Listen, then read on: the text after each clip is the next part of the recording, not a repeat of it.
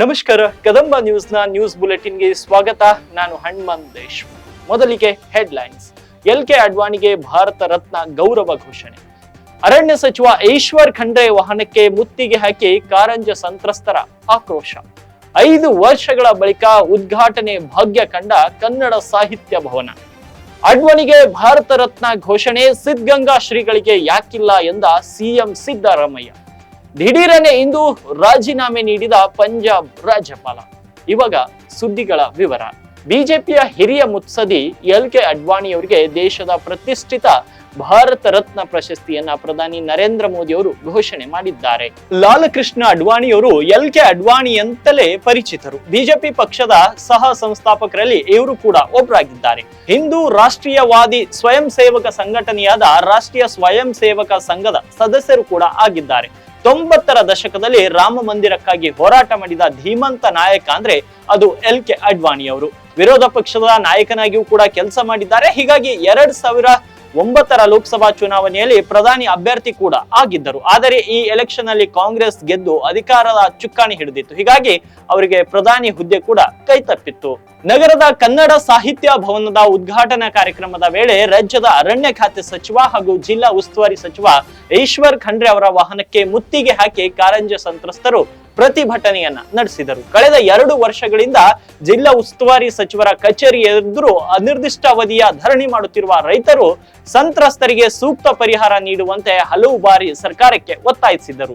ಸಚಿವರು ಕೇವಲ ಭರವಸೆಯನ್ನ ಕೊಟ್ಟು ಕೈ ತೊಳೆದುಕೊಳ್ಳುತ್ತಿರುವ ಹಿನ್ನೆಲೆ ಸಚಿವರ ವಾಹನಕ್ಕೆ ಮುತ್ತಿಗೆ ಹಾಕಿ ಪ್ರತಿಭಟನೆಯನ್ನ ಮಾಡಿದರು. ಇದೇ ವೇಳೆ ಸಚಿವ ಈಶ್ವರ್ ಖಂಡ್ರೆ ರೈತರ ಜೊತೆ ಮಾತುಕತೆ ನಡೆಸಿ ಮತ್ತೆ ಪರಿಹಾರದ ಭರವಸೆಯನ್ನ ನೀಡಿ ತೆರಳಿದರು. ಸುರೇಶ್ ಚಂದ್ರಶೆಟ್ಟಿಯವರಿಗೂ ನಾನು ಮತ್ತೊಮ್ಮೆ ಅಭಿನಂದನೆಗಳನ್ನು ಸಲ್ಲಿಸಿ ಮತ್ತೊಮ್ಮೆ ತಮ್ಮೆಲ್ಲರಲ್ಲಿ ಕನ್ನಡದ ಬೆಳವಣಿಗೆ ಕನ್ನಡದ ಬೀದರ್ ಸಂಸ್ಕೃತಿ ವೇದಿಕೆ ಸೌದಿಯವರು ಕವಿಗೋಷ್ಠಿಯ ಮುಖ್ಯ ಅತಿಥಿಗಳಾಗಿದ್ದರೆ ಅವರೆಲ್ಲರೂ ಕೂಡ ವೇದಿಕೆಯಲ್ಲಿ ಬರಬೇಕಾಗಿ ಕೋರಿಕೊಂಡು ಒತ್ತಿನ ಬೆಲೆ ಅಂತೇಳಿ ನಿಗದಿ ಮಾಡಿ ಪರಿಹಾರ ಕೊಡುವಲ್ಲಿ ಬಹಳಷ್ಟು ಮಟ್ಟಿಗೆ ಬಾಬುರಾವ್ ಭಟ್ಟೆ ಅವರು, ಡಾಕ್ಟರ್ ವೈಜನಾಥ್ ಭಟ್ಟೆ ಅವರು ದಯವಿಟ್ಟು ವೇದಿಕೆ ಬಂದು ನಮ್ಮಿಂದ ನೆನಪಿನ ಕಾಣಿಕೆಯನ್ನು ಸ್ವೀಕರಿಸಿ ಹೋಗಬೇಕಾಗಿ ಕೋರಿಕೆ. ಡಾಕ್ಟರ್ ವೈಜನಾಥ್ ಭಟ್ಟೆ ಅವರು ನಿಮಗೆ ಬೆಂಬಲ ಸೂಚಿಸಿ ನಾನು ಸುಮಾರು ಸಲ ಬಂದಿದ್ದೆ.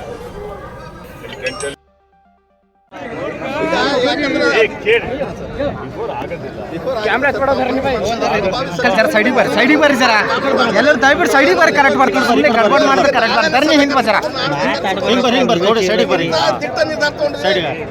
ನೋಡ್ರಿ ಕೇಳ್ರಿ, ನನ್ಕಿಂತ ಮ್ಯಾಗಿದ್ದವರು ಅದಕ್ಕಿಂತ ಅವ್ರಕ್ಕಿಂತ ಮ್ಯಾಗಿದ್ದವರು ವ್ಯವಸ್ಥೆಯಲ್ಲಿ ಇಡೀ ಮ್ಯಾಗಿನಿಂದ ಕೆಳಗಿಂತ ಒಂದು ಹೈರಾರ್ಕಿ ನಾನು ಹೇಳಿದ್ದೆ ಕೇಳುವ ಪ್ರಯತ್ನ ಮಾಡ್ತಾ ಇದ್ದೀವಿ, ಜೊತೆಲಿದ್ದೀವಿ. ಏನು ಸಹಾಯ ಸಾಧ್ಯ ಇದೆ ಮಾಡ್ತೀವಿ. ಹೆಂಗೆ ಬರುವ 22ರ ಒಳಗಾಗಿ ಬೆಂಗಳೂರಲ್ಲಿ ಒಂದು ಸಭೆ ಕರೆಸ್ತೇನೆ. 12ರಿಂದ 22ರ ಒಳಗೆ. ಗಡಿ ಜಿಲ್ಲೆ ಬೀದರ್ನಲ್ಲಿ ಹಲವು ವರ್ಷಗಳಿಂದ ನೆನೆಗುದಿಗೆ ಬಿದ್ದಿದ್ದ ಕನ್ನಡ ಸಾಹಿತ್ಯ ಭವನವನ್ನ ಇಂದು ಜಿಲ್ಲಾ ಉಸ್ತುವಾರಿ ಸಚಿವ ಈಶ್ವರ್ ಖಂಡ್ರೆ ಅವರು ರಿಬ್ಬನ್ ಕಟ್ ಮಾಡುವುದರ ಮುಖಾಂತರ ಉದ್ಘಾಟನೆಯನ್ನ ಮಾಡಿದರು. ನಗರದ ಚಿಕ್ಪೇಟ್ನಲ್ಲಿ ನಿರ್ಮಾಣವಾಗಿರುವ ನೂತನ ಕನ್ನಡ ಸಾಹಿತ್ಯ ಭವನದ ಉದ್ಘಾಟನೆಯ ಕಾರ್ಯಕ್ರಮದಲ್ಲಿ ಹಲವು ಕನ್ನಡ ಪರ ಹೋರಾಟಗಾರರು, ಕಲಾವಿದರು ಕನ್ನಡ ಹಾಡುಗಳಿಗೆ ಹೆಜ್ಜೆ ಹಾಕಿದ್ರು. ಇದೇ ವೇಳೆ ಮಾತನಾಡಿದ ಉಸ್ತುವಾರಿ ಸಚಿವ ಈಶ್ವರ್ ಖಂಡ್ರೆ ಅವರು, ನಮ್ಮ ಭಾಗದ ಹಲವು ಕನ್ನಡ ಅಭಿಮಾನಿಗಳ ಆಸೆಯಂತೆ ಇಂದು ಹಲವು ದಿನಗಳಿಂದ ನೆನೆಗುದಿಗೆ ಬಿದ್ದಿದ್ದ ಕನ್ನಡ ಸಾಹಿತ್ಯ ಭವನವನ್ನ ಇಂದು ಉದ್ಘಾಟನೆಗೊಂಡಿದ್ದು ಬಹಳ ಸಂತೋಷವಾಗಿದೆ ಎಂದರು. ಖುಷಿ ಆಗ್ತಾ ಇದೆ, ಬಹಳ ಹೆಮ್ಮೆಯ ಸಂಗತಿ ಇದೆ. ಬಹಳ ದಿವಸದಿಂದ ನೆನೆಗುದಿಗೆ ಬಿದ್ದಂಥದ್ದು, ಬಹಳ ದಿವಸದ ಕನ್ನಡಿಗರ ಏನೇನು ಬಹುದಿನದ ಒಂದು ಆಸೆ ಇತ್ತು, ಒಂದು ಸುಸಜ್ಜಿತವಾದಂತಹ ಕನ್ನಡ ಭವನ ಬೇಕು ಅಂತೇಳಿ ಹೇಳಿ ಇವತ್ತು ಆ ಕನ್ನಡ ಭವನ ಉದ್ಘಾಟನೆ ಆಗ್ತಾ ಇದೆ. ಬಹಳ ಖುಷಿ ಆಗ್ತಾ ಇದೆ. ಅದಕ್ಕೆ ನನ್ನ ಪರವಾಗಿ, ಸಮಸ್ತ ಬೀದರ್ ಜಿಲ್ಲೆಯ ಜನತೆ ಪರವಾಗಿ, ಕನ್ನಡಾಭಿಮಾನಿಗಳ ಪರವಾಗಿ, ಕನ್ನಡ ಸಾಹಿತ್ಯ ಪರಿಷತ್ಗೆ ಮತ್ತು ಈ ಒಂದು ಸುಸಜ್ಜಿತವಾದಂಥ ಭವ್ಯವಾದಂಥ ಕಟ್ಟಡ ನಿರ್ಮಾಣ ಮಾಡಲಿಕ್ಕೆ ಕಾರಣಕರ್ತರಾದಂಥವರೆಲ್ಲರಿಗೂ ಸಾಹಿತ್ಯ ಪರಿಷತ್ತಿನ ಅಧ್ಯಕ್ಷರಾದಂಥ ಸುರೇಶ್ ಅವರಿಗೆ ಮತ್ತು ಪದಾಧಿಕಾರಿಗಳಿಗೆ ಹಾರ್ದಿಕ ಅಭಿನಂದನೆ ಮತ್ತು ಶುಭಾಶಯಗಳನ್ನು ಕೋರುತ್ತಾ, ಗಡಿ ಭಾಗದಲ್ಲಿ ಬೀದರ್ ಜಿಲ್ಲೆಯಲ್ಲಿ ಈ ಕನ್ನಡ ಭವನ ಇನ್ನೂ ಹೆಚ್ಚಿನ ಕನ್ನಡ ಪರ ಚಟುವಟಿಕೆಗಳು ಇಲ್ಲಿ ಮಾಡಲಿಕ್ಕೆ, ಕನ್ನಡವನ್ನು ಬೆಳೆಸಲಿಕ್ಕೆ, ಸಾಹಿತ್ಯ ಸಂಸ್ಕೃತಿ ಉಳಿಸಲಿಕ್ಕೆ, ಈ ನಾಡು, ಈ ನಾಡಿನ ಭಾಷೆ, ನಮ್ಮ ಗಡಿ ಎಲ್ಲವನ್ನು ಸಂರಕ್ಷಣೆ ಆಗಲಿಕ್ಕೆ ಇದು ಪೂರಕವಾಗಲಿ ಅಂತೇಳಿ ಹಾರೈಸಿ ಶುಭವನ್ನು ಕೋರುತ್ತಾರೆ. ನಂತರ ಮಾತನಾಡಿದ ಕಸಾಪ ಜಿಲ್ಲಾಧ್ಯಕ್ಷ ಸುರೇಶ್ ಚಂದ್ಶೆಟ್ಟಿ ಅವರು, ಕಳೆದ 2 ವರ್ಷಗಳ ಹಿಂದೆ ನಡೆದ ಚುನಾವಣೆಯಲ್ಲಿ ಕಸಾಪದ ಎಲ್ಲ ಅಜೀವ ಸದಸ್ಯರ ಆಶೀರ್ವಾದದಿಂದ 2ನೇ ಬಾರಿ ಗೆಲುವನ್ನ ಸಾಧಿಸಿದ್ದೇನೆ. ಆ ಸಮಯದಲ್ಲಿ ನಾನು ನೀಡಿದ ಮಾತಿನಂತೆ 2 ವರ್ಷದ ಒಳಗೆ ಕನ್ನಡ ಸಾಹಿತ್ಯ ಭವನದ ಉದ್ಘಾಟನೆಯನ್ನ ಮಾಡಿದ್ದೇನೆ ಎಂದರು.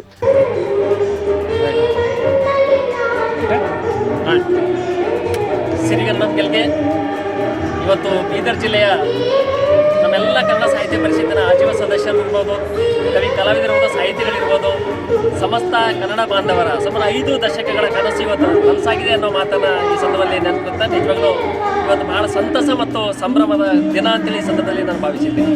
ಯಾಕಂದರೆ ಸುಮಾರು 50 ವರ್ಷಗಳಿಂದ ಬೀದರ್ನಲ್ಲಿ ಕನ್ನಡ ಸಾಹಿತ್ಯ ಪರಿಷತ್ತಿಗೆ ಒಂದು ಕಟ್ಟಡ ಇಲ್ಲ, ಒಂದು ಭವನ ಆಗಬೇಕು ಅಂತಕ್ಕಂಥ ಕನಸು ಬಹಳ ಜನರದಾಗಿತ್ತು. ಈ ಹಿಂದಿನ ನಮ್ಮೆಲ್ಲ ಕನ್ನಡ ಸಾಹಿತ್ಯ ಪರಿಷತ್ತಿನ ಜಿಲ್ಲಾಧ್ಯಕ್ಷರು ಅವರೇ ಆದ ರೀತಿಯಲ್ಲಿ ಅನೇಕ ಶ್ರಮಗಳನ್ನು ಹಾಕಿದ್ರು ಸಹ ಕನ್ನಡ ಭವನವನ್ನು ನಿರ್ಮಾಣ ಮಾಡಲಿಕ್ಕೆ ಅನೇಕ ಅಡೆತಡೆಗಳು ಬಂದಿರುವ ಕಾರಣ ಅದು ಮಾಡೋಕ್ಕಾಗಲಿಲ್ಲ. ಅದು ನಾನು ಸುದೈವ ಅಂತ ಈ ಸಂದರ್ಭದಲ್ಲಿ ಭಾವಿಸಿದ್ದೀನಿ.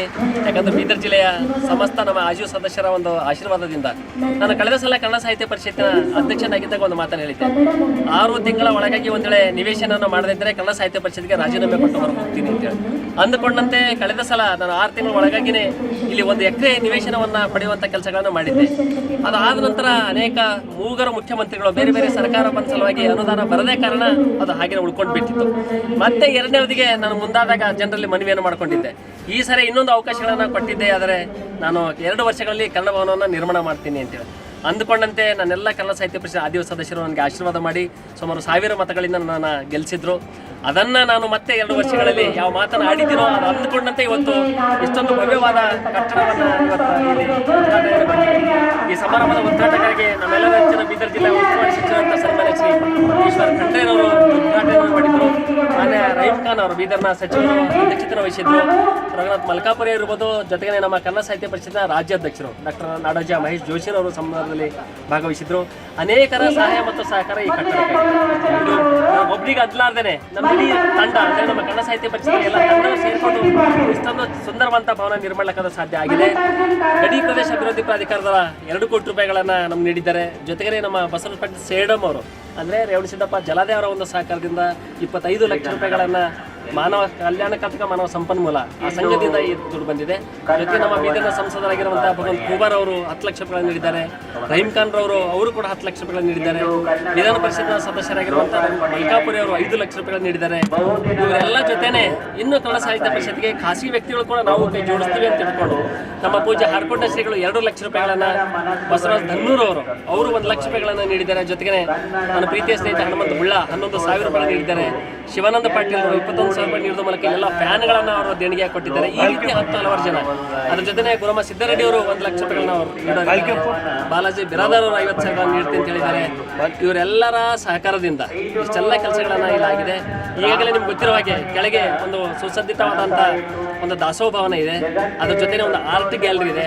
ಅದ್ರ ಜೊತೆನೇ ಒಂದು ಗ್ರಂಥಾಲಯ ಇದೆ. ಬೇರೆ ಕಡೆಯಿಂದ ಬರುವಂಥ ನಮ್ಮ ಅತಿಥಿಗಳಿಗೆ ಇಲ್ಲಿ 4 ವಸತಿ ಕೋಣೆಗಳದಾವ.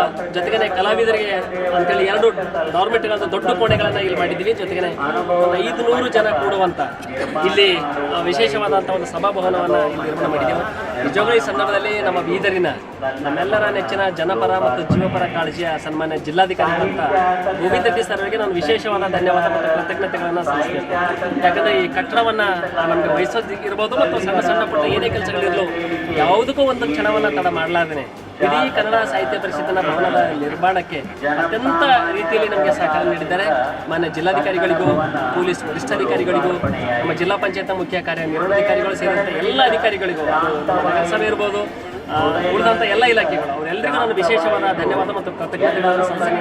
ಕನ್ನಡ ಸಾಹಿತ್ಯ ಪರಿಷತ್ನ ರಾಜ್ಯಾಧ್ಯಕ್ಷ ಮಹೇಶ್ ಜೋಶಿ, ಪೌರಾಡಳಿತ ಸಚಿವ ರಹೀಂ ಖಾನ್, ಭಾಲ್ಕಿ ಸಂಸ್ಥಾನ ಮಠದ ಬಸವಲಿಂಗ ಪಟ್ಟದೇವರು, ಎಂಎಲ್ಸಿ ರಘುನಾಥ್ ಮಲ್ಕಾಪುರಿ ಸೇರಿದಂತೆ ಹಲವರು ಕಾರ್ಯಕ್ರಮದಲ್ಲಿ ಭಾಗಿಯಾಗಿದ್ದರು. ಬಿಜೆಪಿ ಪಕ್ಷದ ಹಿರಿಯ ಮುತ್ಸದಿ ನಾಯಕ ಎಲ್.ಕೆ. ಅಡ್ವಾಣಿ ಅವರಿಗೆ ಭಾರತ ರತ್ನ ಪ್ರಶಸ್ತಿ ಘೋಷಣೆಯ ಹಿನ್ನೆಲೆ ಸಿಎಂ ಸಿದ್ದರಾಮಯ್ಯನವರು ಡಾಕ್ಟರ್ ಶಿವಕುಮಾರ್ ಸ್ವಾಮೀಜಿ ಅವರಿಗೆ ಏಕೆ ನೀಡುತ್ತಿಲ್ಲ ಅಂತ ಪ್ರಶ್ನೆ ಮಾಡಿದ್ದಾರೆ. ಈ ಬಗ್ಗೆ ದಾವಣಗೆರೆಯಲ್ಲಿ ಮಾತನಾಡಿದ ಸಿಎಂ ಸಿದ್ದರಾಮಯ್ಯನವರು ಹಿರಿಯ ರಾಜಕಾರಣಿ ಎಲ್.ಕೆ. ಅಡ್ವಾಣಿ ಅವರಿಗೆ ಪ್ರಶಸ್ತಿ ಕೊಡಲಿ ಬಿಡಿ ಪಾಪ, ಅದು ಬೇರೆ ವಿಚಾರ. ಆದ್ರೆ ಸಿದ್ಧಗಂಗಾ ಶ್ರೀ ಡಾಕ್ಟರ್ ಶಿವಕುಮಾರ್ ಸ್ವಾಮಿ ಅವರಿಗೆ ಭಾರತ ರತ್ನ ಕೊಡಬೇಕು ಎನ್ನುವುದು ಮೊದಲಿನಿಂದಲೂ ಒತ್ತಾಯವಿದೆ. ಇದಕ್ಕೆ ಸಂಬಂಧಿಸಿದಂತೆ ನಾವು ಕೂಡ ಶ್ರೀಗಳಿಗೆ ಭಾರತ ರತ್ನ ನೀಡಬೇಕು ಎಂದು ಪತ್ರ ಬರೆದು ಮನವಿ ಮಾಡಿದ್ದೇವೆ. ಆದರೂ ಏಕೆ ನೀಡಿಲ್ಲ ಎಂದು ಸಿಎಂ ಸಿದ್ದರಾಮಯ್ಯ ಪ್ರಶ್ನೆ ಮಾಡಿದ್ದಾರೆ.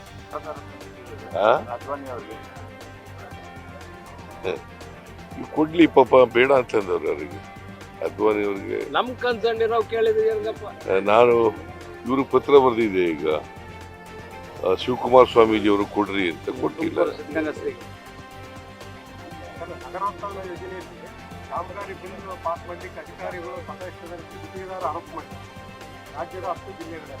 ಅವ್ರು ಆ ಥರ ಯಾರು ನಮಗೆ ಕಂಪ್ಲೇಂಟ್ ಕೊಟ್ರೆ ಅವ್ರ ಮೇಲೆ ಎಂಕ್ವೈರಿ ಮಾಡಿ ಕ್ರಮ ತಗೋತೀವಿ. ಪಂಜಾಬ್ ಗವರ್ನರ್ ಬನ್ವರಿ ಲಾಲ್ ಪುರೋಹಿತ್ ರಾಜ್ಯಪಾಲ್ ಹುದ್ದೆಗೆ ಇಂದು ರಾಜೀನಾಮೆಯನ್ನ ನೀಡಿದ್ದಾರೆ. 2021ರ ಆಗಸ್ಟ್ ತಿಂಗಳಿನಲ್ಲಿ ರಾಜ್ಯಪಾಲ ಹುದ್ದೆಯನ್ನ ಅವರು ಅಲಂಕರಿಸಿದ್ರು. ಇವಾಗ ರಾಜೀನಾಮೆಯನ್ನ ನೀಡಿದ್ದಾರೆ. ರಾಷ್ಟ್ರಪತಿ ದ್ರೌಪದಿ ಮುರ್ಮು ಅವರಿಗೆ ರಾಜೀನಾಮೆ ಪತ್ರ ಸಲ್ಲಿಸುವ ಮೂಲಕ ಬನ್ವರಿ ಲಾಲ್ ಪುರೋಹಿತ್ ಪಂಜಾಬ್ ರಾಜ್ಯದ ಗವರ್ನರ್ ಹುದ್ದೆಗೆ ರಾಜೀನಾಮೆಯನ್ನ ನೀಡಿದ್ದಾರೆ. ರಾಜೀನಾಮೆಗೆ ಕಾರಣ ವೈಯಕ್ತಿಕ ಕಾರಣ ಎಂದು ಕೂಡ ತಿಳಿಸಿದ್ದಾರೆ.